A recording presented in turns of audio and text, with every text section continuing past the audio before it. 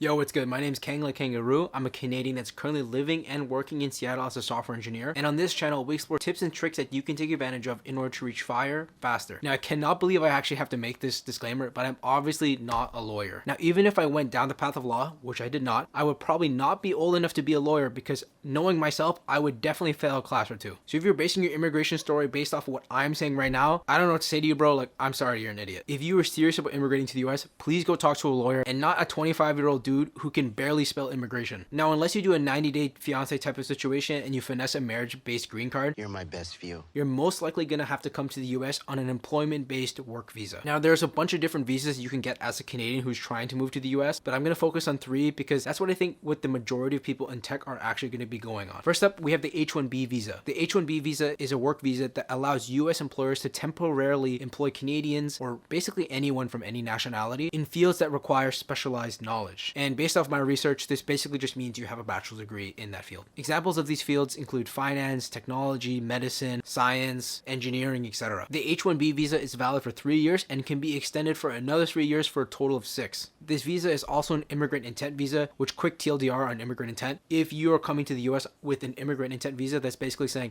okay, I'm going to come to the US, I'm going to do a little bit of work, but I'm going to maybe try to immigrate here full time, maybe become a permanent resident. On the flip side, you have a non-immigrant intent visa, which is something like a TN visa, which you're like, okay, I'm going to come to the US, do my 3 years of work or whatever, and then I'm going to go back home to Canada. And I think the H1B visa is what pops into most people's minds when you say the word visa. And the next thing they think about, and probably immediately after, is the H1B lottery. This is because there's only a certain amount of H1B visas that the US gives out every single year. So in order to do this process a little bit more fairly, they have what is called the H1B lottery. And from the research that I've done, the chances of you getting an H1B visa through the lottery is around 10%, which is pretty low. Another funny thing about the H1B lottery, well, I guess it's not actually funny, but I've heard that the results come out on April 1st or like March 31st, which is just some kind of sick, twisted April Fool's joke. If you switch jobs on the H1B visa, your new employer has to re-sponsor you, but you don't have to go through the whole entire lottery process all over again. But again, not a lawyer, and I don't have an H1B visa, so don't quote me. Now, from what I understand, the H1B visa is one of the most coveted visas because you can basically bring anyone from around the world to the US to do work, but it is also really expensive and really annoying for employers to file for. Personally, I have a lot of Canadian friends who came to the US on a TN visa, which we'll talk about in a second, and then eventually transfer over to the H1B visa in order to get that immigrant intent. So next up, we have the TN visa. The TN visa is a work visa that has non-immigrant intent and is specifically for Canadians and Mexicans. But in order to qualify for the TN visa, your job and your degree have to match up with a specific job title in this long list of jobs that's been created by NAFTA, which is the North American Free Trade Agreement. The TN visa is valid for 3 years and can be renewed as many times as you'd like, and there's also no cap on how many TN visas can be issued per year.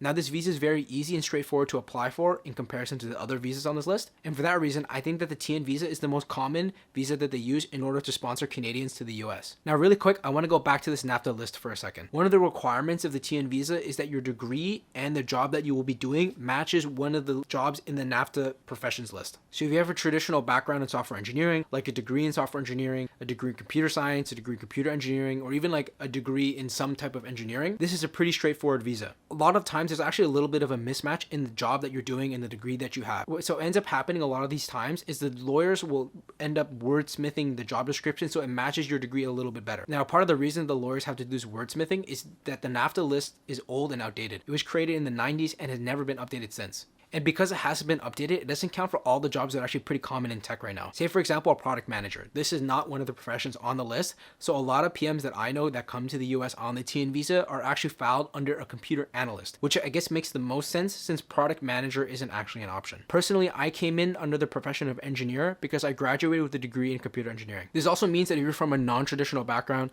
say like you graduated in like, I don't know, biochemistry, and then you did a boot camp in order to get a job in software engineering, you are most likely not going to be able to qualify for the TN visa because your degree is not going to match the title that you're actually going to be doing. Now, while you do need a job offer from a real company, you can't like literally make up a company and commit immigration fraud. You're technically not getting sponsored by that company. Now, the majority of the time when you get a TN visa, you're actually applying for the visa on the spot, either at the border or at a port of entry. How the whole process works is that you work with your employer in order to create a package. And I actually have my package from when I got hired right over here. So in this package, you'll include your offer letter, which is basically just describes your job description, a letter of support, which basically is like, okay, this is the job description, this is my candidate, he matches all his job descriptions, he's super handsome, he's super cool, you should definitely let him into the US. On top of that, they'll also include some other documentation, like a photocopy of your degree. I also brought my physical degree, like my actual one, and then a photocopy of your transcripts. And really quick side note, I want to show you something. I just want to see, C's get degrees, baby.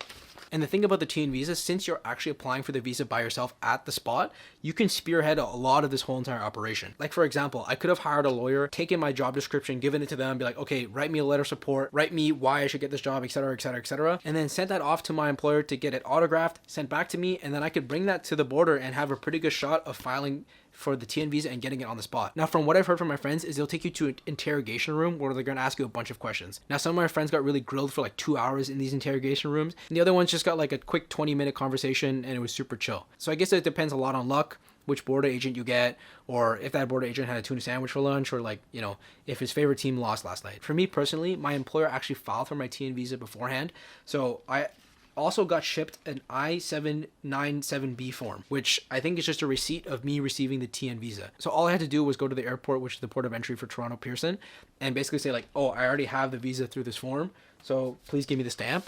And that's all they did. They just gave me the stamp, asked me like 3 questions, and I would just pass through the whole entire thing. And once you have your TN visa, you can pretty easily switch jobs. I think you're technically applying for a new one again, a new TN visa, but you can mail it in this time. You don't have to go to the border, I'm pretty sure. But I haven't switched jobs yet, so I'm not exactly sure of the logistics behind it. And like I said before, you can renew this visa indefinitely. And one last note about the TN visa before we continue. In the beginning, I said it is a non-immigrant visa, which is true, but that does not mean that you technically cannot go from TN visa to green card right away. I personally know a lot of Canadians who have done this process from TN visa straight to green card, and I'm also in this process as well. So I'm going to be making a whole entire video explaining this, so make sure to subscribe so you don't miss that one. All right, the next visa that I want to talk about is the L1 visa. This is an intercompany transfer visa. So how it works is, say that you're working for a global company. What they can do is sponsor you to move from Canada, or any country really, and place you over into the US. Now, there are 2 classes of the L1 visa, the L1A visa, which is specifically for like management level position, and the L1B visa, which is for like specialized knowledge. I don't really know what specialized knowledge means, but the L1A visa, which is the management one, has a validity of 3 years and can be renewed up to 7, and the L1B visa can only be renewed up to 5. And both L1 visas are immigrant intent visas, just like the H1B visa. Now, the L1 visa also requires you to work for at least 1 year in your home country, say Canada or whatever country, before the employer in the US can sponsor you over. And like I said, you have to be doing that 1 year in either a management position or in like a super specialized knowledge position. So either way, you just kind of got to be up. So unlike the H1B visa, the L1 visa has no cap and it has no education requirements. So this means that this could be a good option for people in tech who have a non-traditional background. But once you come on the L1 visa, you have to stay with the company that sponsors you through the duration of your visa. So if you want to switch jobs, you have to either get sponsored a different way to the H1B or like a TN or whatever, or you got to go back home, wait another year at the new company, and then get another L1 visa. Now, I don't know a ton of people who are actually on the L1 visa, and the only people that I do know are in these special circumstances where they're from around the world, say like, I don't know, Europe or something like that, and they come to work for the Canadian branch of this global tech company. They work there for like a year or 2, and they eventually get transferred to the US on an L1 visa. Now, reasons that I've heard they do this is because maybe they didn't get the H1B lottery, or they just want to get them to the US easy as possible, and then once they get to the US, they can start applying for the H1B lottery again. But again, just my personal experience and my personal anecdotes, I don't really know too many people in the L1 visa, so take what I say again with a big grain of salt. Now, before we continue to my thoughts, I just want to do some honorable mentions. First, we have the F1 visa, which is a student visa, and this is for people coming to study in the US. Now, I've heard a lot of horror stories with the F1 visa where a lot of kids spend a whole ton of money to come to the US to learn, to study, etc., etc. But at the end of their school term, they're not able to find anyone to actually sponsor them out of the F1 visa to like an H1B or whatever, and they're forced to go back to their home country, which is like super sucky. There's also the P visa, which is for athletes and entertainers.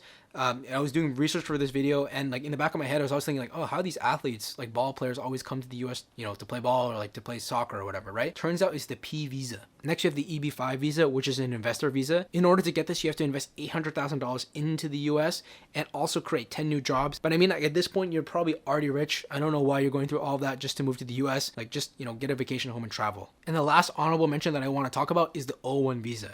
This stands for the Extraordinary Up Man visas. This is just for people who are super up. Like, think like, oh, he was in 5 publication journals, or like he was like XYZ, like super up mans. I know that this visa is often used for YouTubers as well. For example, I'm pretty sure Jay and Trey from the Random Order podcast are on this O1 visa, but again, I can't be for certain, but I'm pretty sure. The TN visa is what worked for me, and what I've seen is pretty common, but depending on your background, maybe the H1B or the L1 visa are better options for you, or maybe there's an option that I don't even know about. Either way, like I said before, I'm obviously not a lawyer, so please go talk to one if you're actually serious about immigrating to the US. Now, before you run off, there are some trade-offs that you have to keep in mind if you're moving to the US on a visa. First off, you can't vote.